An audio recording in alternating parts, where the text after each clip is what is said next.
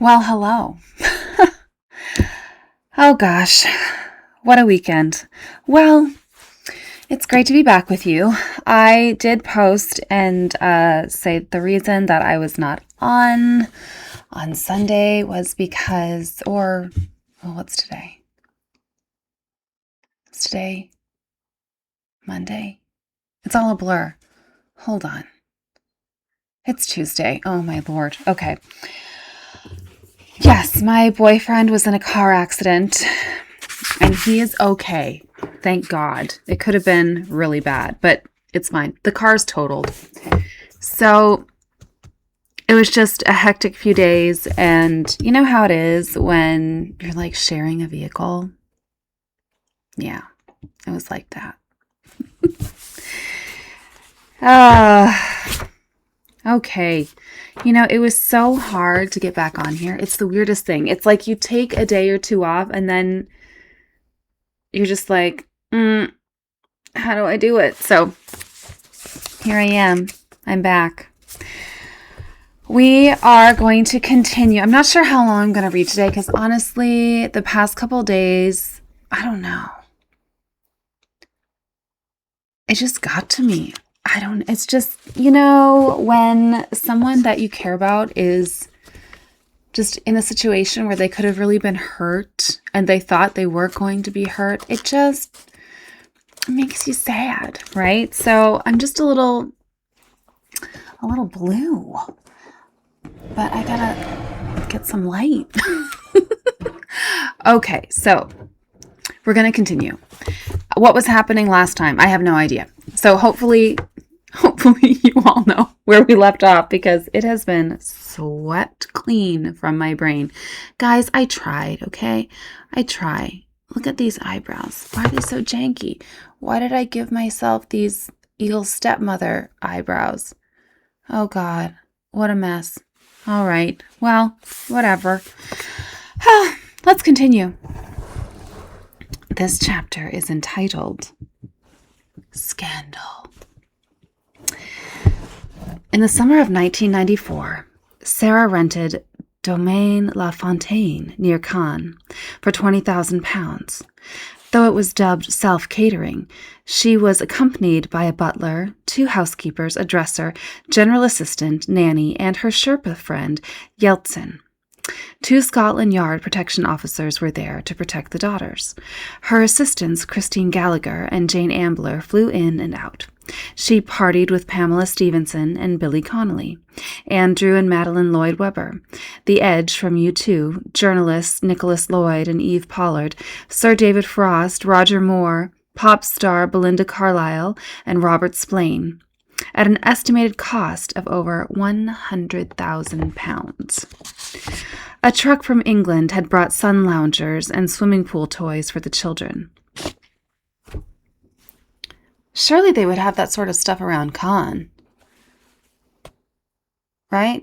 Or like somewhere nearby. Like, couldn't you source those things from nearby? Look, guys, I have a breakout right here. That happens when I use Nair on my upper lip. Now you know me too well. You're getting to know me way too well. Look, it's just, ugh. You're supposed to exfoliate more. Okay. The light is changing. I'm right by the window, as you can probably tell. And the light is changing, and I am looking sick. Okay.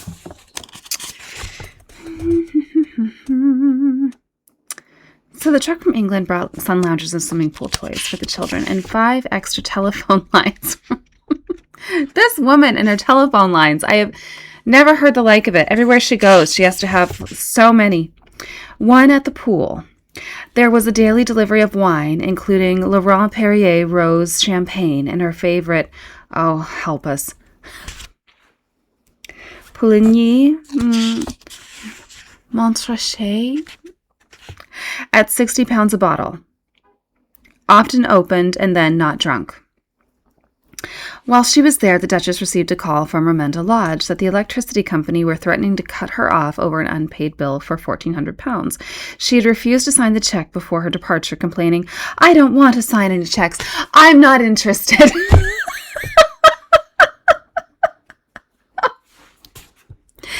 Yeah, me too. That's how I feel when my bills come. I'm not interested.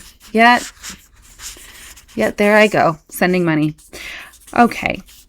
Even so, she talked to friends of buying a 1.7 million villa she was renting. The 1.7 million villa she was renting, while also sending 2 members of staff to see if they could find a better bargain, explaining to her daughters this would be their new home in the holidays.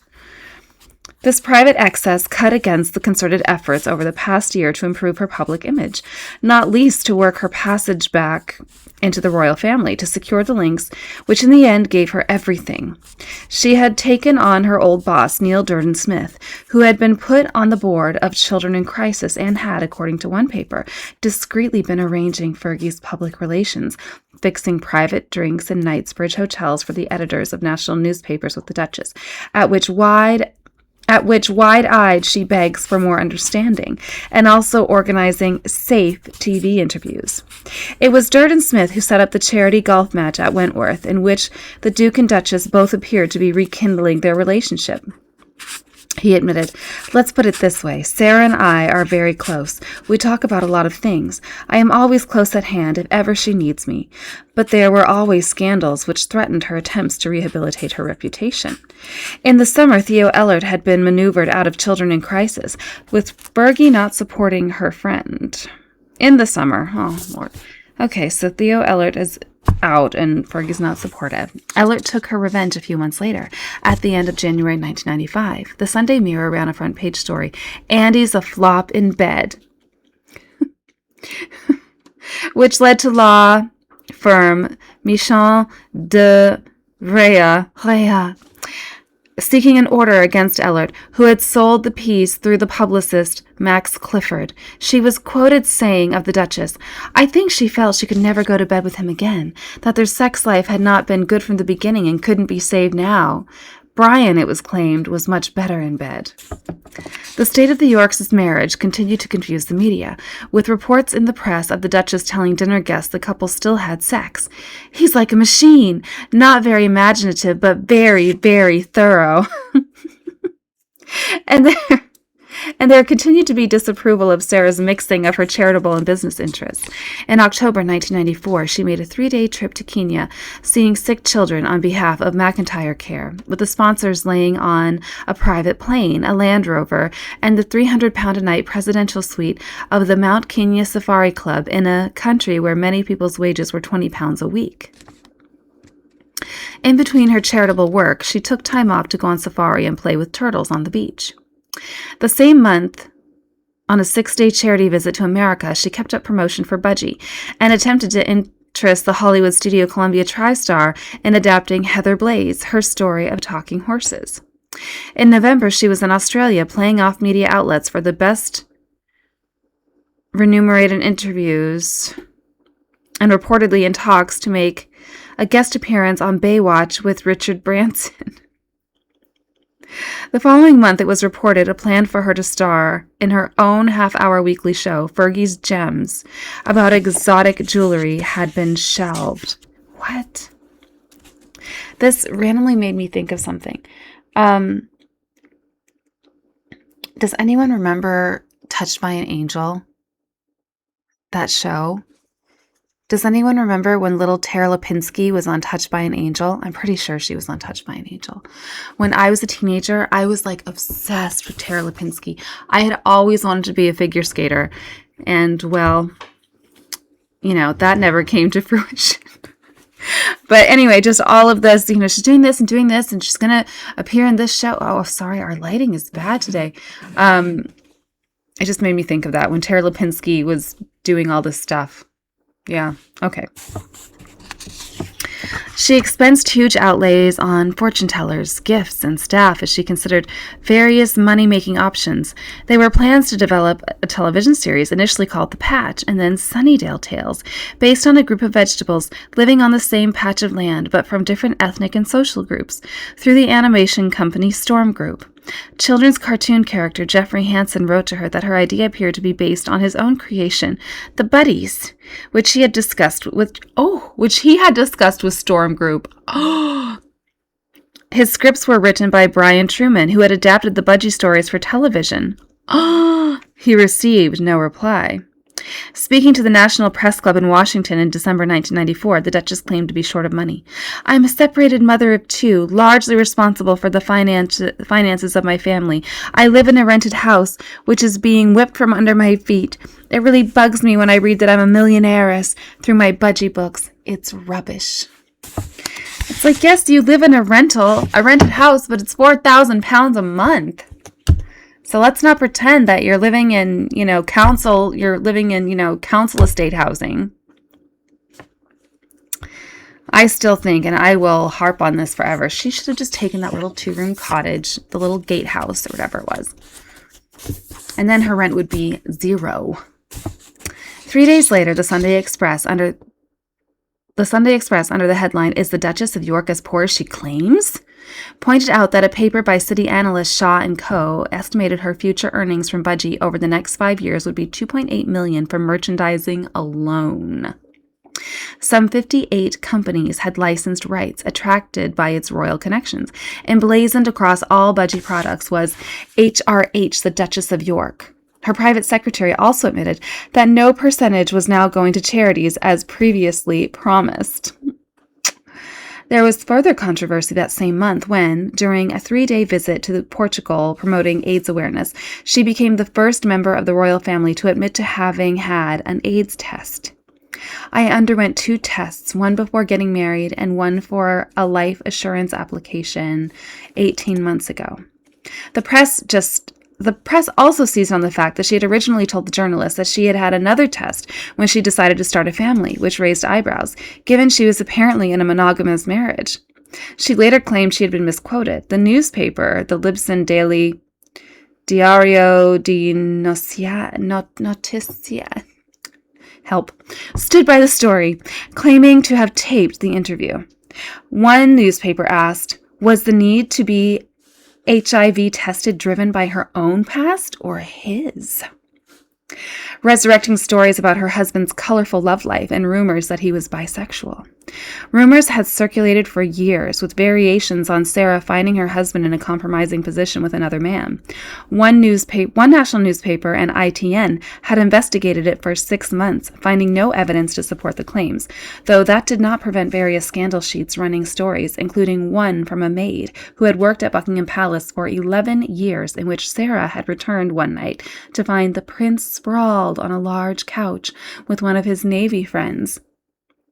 The prince was wearing his underpants and a shirt. His companion was wearing nothing but socks. An argument had ensued, with Sarah telling her husband, "Make up your mind, it's me or your bloody boyfriends, but you can't have both." Eventually, Buckingham Palace put out a statement emphatically denying that the prince, who had become increasingly reclusive, had AIDS. And he joked he must be the only person to have put on weight with the disease. Can you imagine releasing a statement? We would like to announce that Prince Andrew does not have AIDS. Thank you. This is also absurd. It's like Looney Tunes, This is like bananas. Turnover. At the beginning of 1995, stories about the Duchess's debts began to appear in the press, some suspected to divert attention from Sarah Bradford's biography of the Queen, which had just been published. An increasing financial concern was that she had been forced to leave Ramonda Lodge, where she had lived for the previous 2.5 years after its owner decided to sell and take on a more expensive rent. The Duchess's new home, Kingsbourne, was an 8-bedroom house set in 12 acres on the Wentworth estate, with an all-weather tennis court, outdoor swimming pool, 2-bedroom guest cottage, and chauffeur's flat with a gypsy caravan in the garden for the children. She moved in January 1995, and it was to be her home for the next 2 years. Man, she moves a lot. I would lose my marbles. I've been in my place now for over 10 years. It would take a bulldozer to get me out. At the same time, the princesses moved from Upton House School in Windsor to Coworth Park near Chobham, which meant the 15-strong protection squad for them had to be expanded by another 5 officers, costing £1 million and putting pressure on Surrey's police budget. 7 members of Ferguson's staff had left the previous year, including several cooks, her butler, nanny, and accountant. The Sun reported that at Fergie's office in Plantation Wharf, Battersea, southwest London, at least 5 secretaries have left in the past 2 years. A source told the paper, Fergie can make you feel like $1 million 1 minute, then trample you into the dirt the next. Even if you have your own... Oh my goodness, this is a word I've never seen in my whole life. Even if you have your own I gotta be careful here. I'm gonna say a word I don't mean to say. Fulashamili. What is that word? I'll have to look it up later to look after. They take second place when it comes to the Duchess. For some staff, it came down to a choice between their own families and Sarah, with inevitable consequences. If you don't choose her, then all hell lets loose, said the source. It is all about power, dominance, and the manip of people. The manip? Oh, that's funny. I've never heard someone call manipulation manip. But in my family, we don't say she had a conniption. Well, we do, but often we'll say, she had a little knip. Sounds like Sarah's having a little knip. She knows she does it, and that is literally how she gets her kicks. When you are in her favor, there is nothing she won't do for you. Send you presents on your birthday, flowers, say nice things about you. But suddenly, it will all change. Oh, we've all known someone like this, haven't we? I had a boss like this once. Well, actually twice I had bosses like this.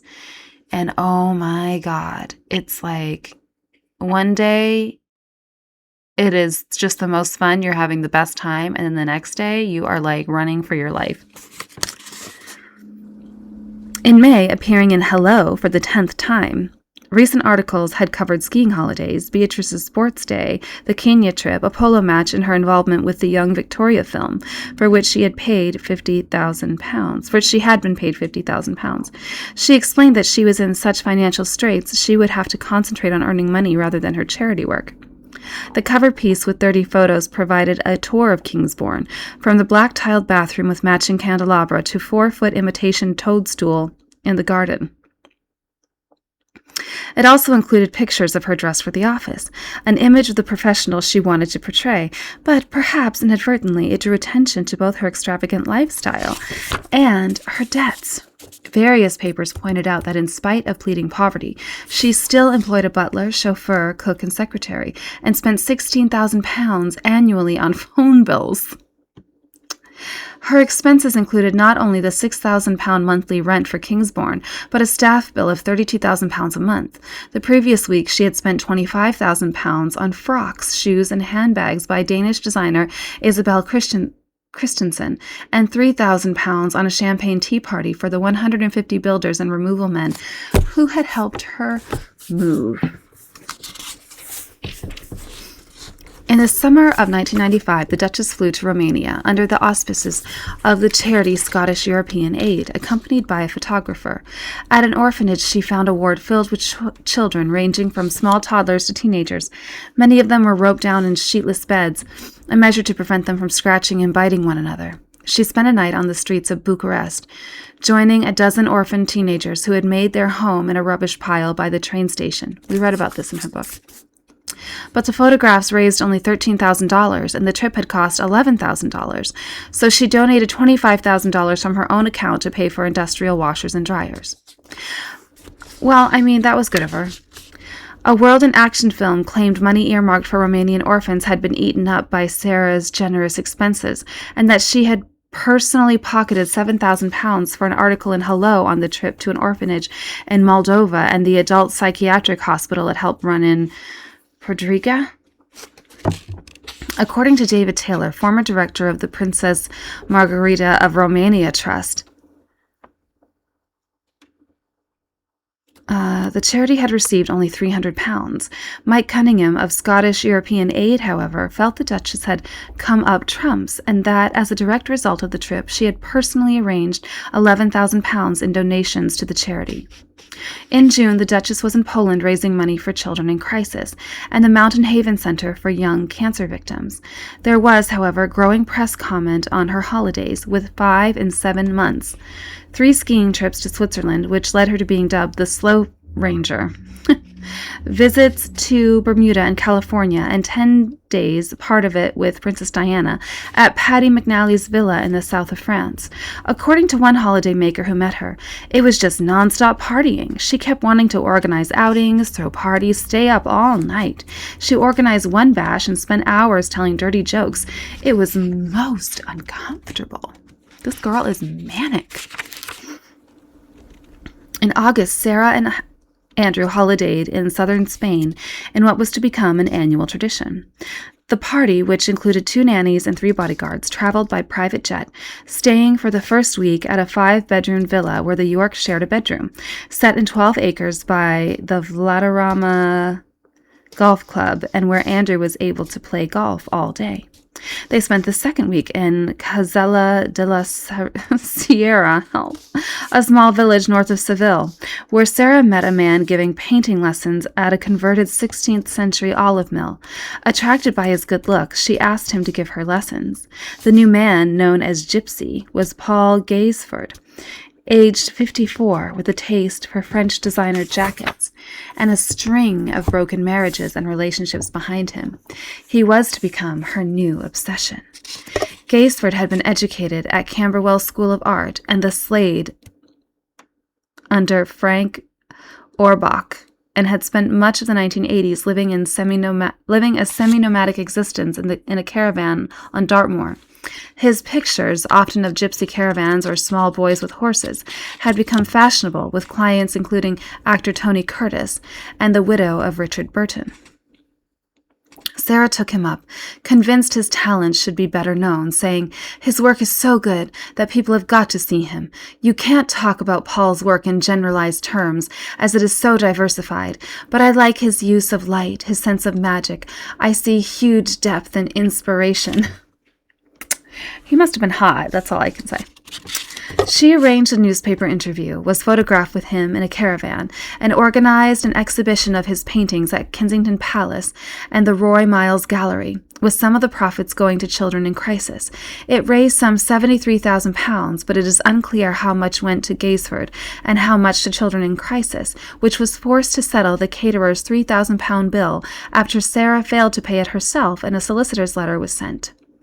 The Duchess is obviously in a complete muddle, but she and her office have ignored letters and calls, the company's managing director, William Webber, said. I feel the whole matter was dishonorably handled. Even though Gaisford had a girlfriend, the Duchess called him 10 times a day. Oh my God, convincing herself she was playing hard to get. If I called my man 10 times a day, he would think I had completely lost my marbles. Like yesterday, I called him 3 times in a row because I was really trying to get through and he was unloading the car and I just knew his phone's probably on vibrate and he doesn't hear a damn thing. I think he's half deaf. Anyway, and even then he was like, why are you calling 3 times in a row? Like what's wrong? You know? So can you imagine getting called 10 times a day by this woman who is nothing to your life? That would be crazy. Okay. Playing hard to get, all right. And he has a girlfriend? I'm telling you, I would be answering the phone myself. And I'd be like, you and I need to have a couple words. Back off my man. She sent her chauffeur on daily trips from Ascot to the painter's home in Gloucestershire, with extravagant presents, including a £1,500 Mont Blanc pen, £4,000 gold cufflinks, and a £150 belt with silver buckle. She turned up at one of his parties with 6 bottles of vintage wines, 6 of Moet and Chandon champagne, and a case of Beck's, and once spent a tearful 18 hours at his cottage. Gaisford was not interested, but according to a friend of Sarah, she did not appear to be embarrassed in any way by being rejected by Paul. It just makes her keener to get her way eventually. Oh, she likes a challenge. She likes to chase a man. That often happens when someone has grown up with a father or a parent who is not emotionally available. And so then you grow up and you become very attracted to people who are not interested in you. And you try to win their affection because you are trying to change the narrative of what you experienced as a child.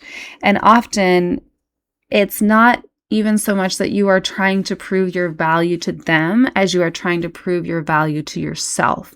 So if you are consistently attracted to people who are not interested in you, or are very cold with you or withdrawn emotionally from you, then usually you are trying to change a pattern from childhood. You're trying to win their affection in an effort to prove to yourself that you are worthy. It's a very, very sad cycle, and one that is very hard to get out of, because when you grow up with distant parents, you are actually often a little bit disgusted or turned off by people who are open emotionally, even though that's what you want. Like in the beginning, that might attract you to a person, but then eventually you're going to be like, ugh, because your pattern and your comfort zone is to be always reaching for that affection and reaching for that attention. And it feels wrong and off and icky if you don't have to prove yourself. That's very, very hard to get out of. Okay. Alan Starkey had noticed the Duchess's tendency towards obsession on a trip to New York, during which she had asked her staff to find out if John Kennedy Jr. was in town. Discovering that he was, she invited him for drinks or dinner at the Carlisle Hotel where she was staying, and he accepted. On being told by Starkey that Kennedy had a girlfriend, the actress Daryl Hannah, the Duchess replied, "That's not going to bother me." But it bothered Hannah, and Kennedy canceled, claiming a prior engagement. Staff were then ordered to spy on his apartment all night to check that he had told the truth. What was she looking for? Like, if he said he had a prior engagement, was she making sure that he did leave the apartment and go somewhere? Was she going to follow him all the way to where he went so she could be like, yes, he went to a very important gala dinner? The Duchess was not to be discouraged, especially after she discovered that Princess Diana was also attracted to him. Who wasn't attracted to John Jr.? Like, someone who was dead, maybe. He was handsome. We'll put his picture right here. Like, handsome. More handsome than any man has the right to be, in my opinion. And he was dumb as a stump. What an idiot. I know I shouldn't speak ill of the dead, but he was an idiot. Big time. Like, that kind of level. Good to look at, but Lord, he had like a single ping pong ball bouncing around in his cranium. Learning that Diana had met Kennedy for 30 minutes at Christmas 1995 at a New York hotel, she was furious. "He's mine! Why can't she just leave him alone?" She gave Kennedy a code name, Number 9. Steve Wyatt was Number 1, and spent hours scouring magazines for articles about him, cutting out pictures of him in his swimming trunks and talking to her friends about whether he would like different aspects of her personality. Prince Andrew was 2, John Bryan 3, an unidentified Arab billionaire 4, Paul Gaisford 5, Thomas Raging Bull Muster 6, Robert Splain 7, and Ray Chambers 8.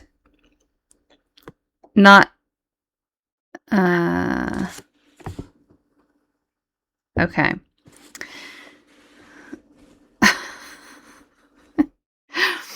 One of her closest confidants revealed, she'll suddenly turn around and ask, "Do you think Ken will mind if I don't like such and such a thing?"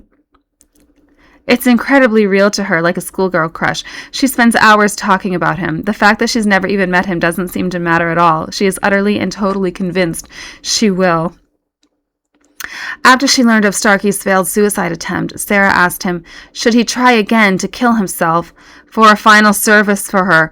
"When you're dead, would you find JFK Jr. Oh, wait, no. JFK, and explain to him. Sorry, for a brief moment, I forgot that JFK Jr. was still alive in this moment. Will you find JFK and explain to him that I am destined to marry John and become the First Lady of the United States?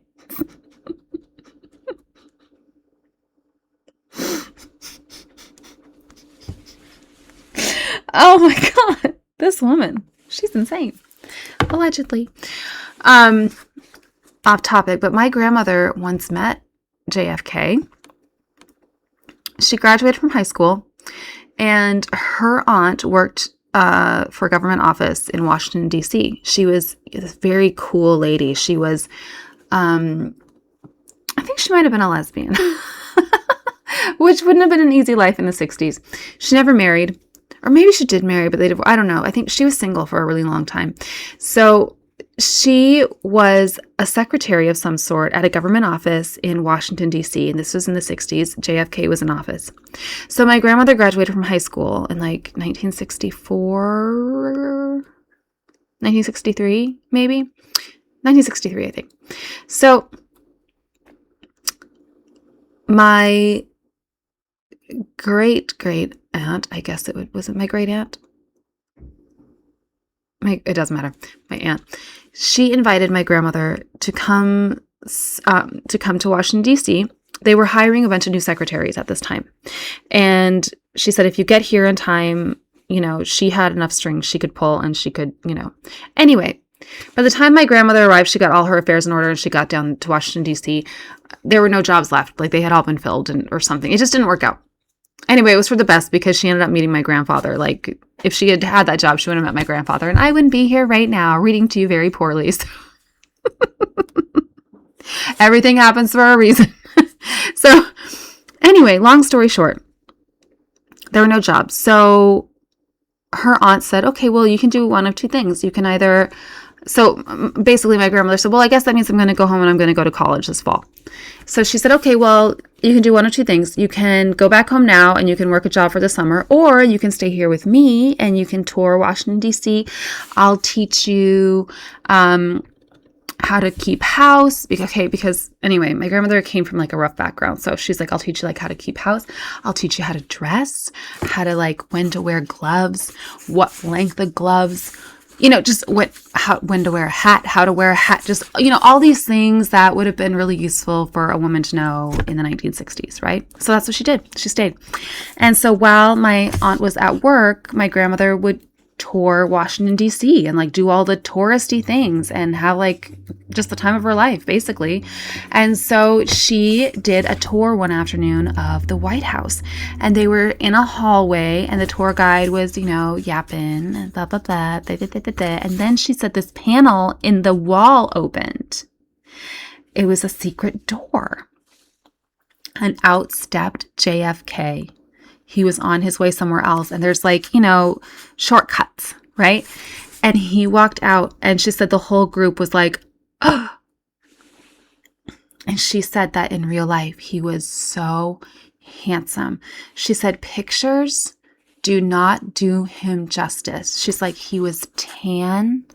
He was blonde. His eyes were striking blue. He had this gorgeous white tooth smile.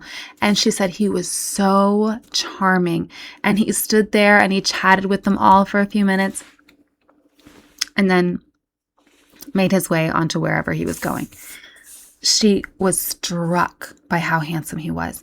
And because I said, like, is it true? Could you see why so many women couldn't resist him? And she said, oh yeah, I totally get it. She's like, pictures now, like when you look back and you see black and white pictures, just don't even do him justice. You can't even imagine the charm that this man exuded just standing there greeting them, being like, hey, welcome to the White House. Anyway, where was I? The debate about whether the separated royal couple would get back together continued to intrigue the press. But according to friends, though they had discussed starting afresh and Andrew had ended a recent relationship, Sarah had backed off. She realized it wouldn't work. Sure, she loved Andrew, still does, but not in the way he would like. There was no physical side to their relationship, and uppermost in her mind was the prospect of the palace getting their hands on her again. That same week, the News of the World had run a story on Brian, who had boasted to reporters, posing as wealthy Middle Eastern businessmen, that he could supply them with drugs and girls, and that he himself regularly used escorts. But that Sarah was the best I have ever had. She's unbelievable in bed. The first time, you just can't believe it. It's unimaginable. You know what they say about redheads? Well, she's on fire in bed. I mean, that's a great compliment, right? But John Bryan's an idiot, you know. That's the sort of thing, like, you want your man to think about you, but also, like, he should kind of keep it to himself. Because a man who loves you, who really loves you, doesn't, like, I don't think he goes into too much detail. Like, okay, that's not really being detailed. Like, they might say, like, yeah, like, she's the best I've ever had. Or, like, oh, my God, like, the sex is wild. But they're not going to be like, she do this and she do this because, you know, men don't want other men thinking about their partner too deeply, right? Like, they're like, you keep those thoughts to yourself. At least that's what my boyfriend tells me. Brian continued to be a worry to the Yorks and the royal household. The People newspaper had taped him offering to go through Andrew's address book in a bid to slur the Duke with having an affair with a society beauty. Brian had insisted, I want £20,000 for this one because I am going to have to go through his personal address book. I want it on goddamn publication, baby. You must never reveal the source. I am really taking a fucking big risk. Andrew's most recent relationship had been with the Honorable Caroline Cassie Neville, the second of the 10th Lord Braybrook's 8 daughters. Eight daughters. That would be a fun household. Who had met him through her flatmate Heather Hetty Hoffman, whom Brian had alleged was Andrew's girlfriend. As loans officer for the Royal Art Collection, Neville had advised the Duke on paintings for Sunninghill, and they had been together when fire broke out at Windsor Castle in November 1992. According to a friend, they became very friendly after being thrown together by the fire. It united them in adversity. Adversity. Oh, please. That's a little dramatic. I mean, obviously, lots of beautiful things were lost, and its fire is really scary. But to be like, it united them in adversity, I just think is a little dramatic. At the beginning of December, Sarah flew to New York, accompanied by a new benefactor, Ray Chambers, an American tycoon worth $600 million, a noted philanthropist. He was known as Saint Ray, and a friend of George Harrison, with whom he had toured India in the early 1990s. Though Chambers was married with 3 children, Ferguson developed something of an obsession with him, driving 2 hours out of New York to arrive uninvited at his firm's Christmas party, even though they had arranged to meet at the Carlisle Hotel, where he kept a permanent suite the next day. You know why he keeps a permanent suite, don't you? Pig. What a dirty dog. Chambers put together a consortium, including ex-Treasury Secretary William Simon, which settled her debts in return for a cut of her budgie income. The decision put her on a collision course with Brian, who was claiming 10% of the £3 million initial deal. It would eventually threaten the monarchy itself. Okay, this next section is entitled Spend, Spend, Spend. By November 1995, by her own admission, Sarah needed bank approval to pay even modest checks, and her debts exceeded $5 million. But even then, according to a member of her staff, she always believed there would be a deal around the corner that would solve all her problems, and she had ways and means of getting around her financial restrictions. For example, Mohammed Al-Fayed, owner of Harrods, never pressed her to settle her account at the store, a practice she exploited elsewhere. A former employee confided, "These accounts just never get paid somehow. The shops don't complain because of who she is, or they never used to." In mid-January, palace officials revealed the Queen had already met Sarah's debts on several occasions, involving six-figure cash sums, including one very large amount in April 1994, when Coutts had demanded she pay £500,000 within 14 days. I can't even wrap my head around that number, especially if I try to convert it into Canadian dollars. I'm like, huh? In 14 days? I'd be like, do you have any dishes that need washing? Ugh. The palace released a statement. The Duchess's financial affairs are no longer Her Majesty's concern. These are matters with the Duchess of York, which she must discuss and resolve with her bankers and other financial advisors. The Duchess's business ventures are conducted quite separately from any royal duties. Well, there's a statement. She's basically like, don't come at me. And I won't be the one paying. Lily Matani, a friend who in August 1994 had lent her £100,000 to pay for the holiday in the south of France, was forced to threaten to sue the Duchess at the High Court after she only paid back £5,000. Claiming she had understood the rest to be a gift. That is crazy. Come on. Can you imagine? Okay, if you had, let's be sensible. If you have £100,000 to give to someone, there's just no way that you would be like, £95,000 of this is a gift. I really need back the other $5,000. Because to someone who can just give away £95,000, if someone could just give that away, they don't need the $5,000. That's like $5 to them. That's like pocket change, So that's just the dumbest excuse I've ever heard in my life. Room service sent Sarah a solicitor's letter, as the £150 a week for renting furniture at Kingsbourne had not been paid for weeks, and previous letters had been ignored. The package over 3 years had cost the Duchess £21,000, more than double what it would have cost to buy the furniture.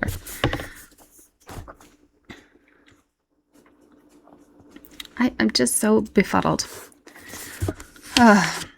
It was believed she had £750 interest accruing each day, and that she owed her hairdresser £40 for hair done the previous autumn. The Sun set up a Save a Squander fund for her. The soft porn fantasy channel offered her £1 million to present a weekly show, and the porn magazine Hustler offered her £3 million to pose nude. £3 million. She claimed her debts were not as large as they had been portrayed, and that she was planning to save £72,000 a year by moving to a Victorian outhouse at Sunninghill, which was being converted into a 4-bedroom house. The plan was vetoed by Prince Philip, who was determined his daughter-in-law should live quite separately from his son. Stories of her extravagance abounded. It was said she spent £14,000 in 1 month with a particular London wine merchant. It was reported that she had given dozens of £300 key rings from a top London jeweler to charity workers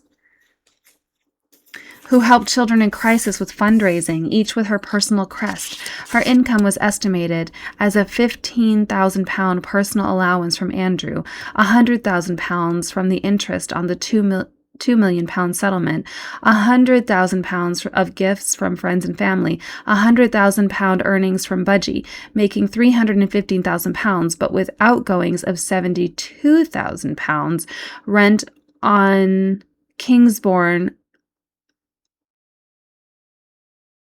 £384,000 on staff wages,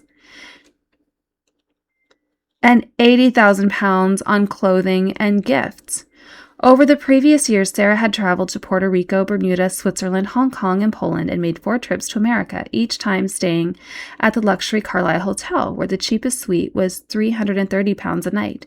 She was the royal family's most frequent flyer, covering 990,000 miles, 8 circumnavigations of the globe, in the year to July 1995. On a 3-day visit to New York, she had 1 car to take her to the airport and another for her 10 suitcases, all tissue-lined with more outfits than she could hope to wear. Her assistant, Christine Gallagher, had once been sent on Concorde at a cost of £5,000 to bring her some paperwork. Good Lord. Okay, my phone has been ringing off the hook, so we will have to stop there. Thank you so much for joining me. I know it's a little bit shorter of a video today, but I've got to get back in the groove. So thank you so much, and thank you so much for your patience. I really appreciate it. I will see you soon. Bye.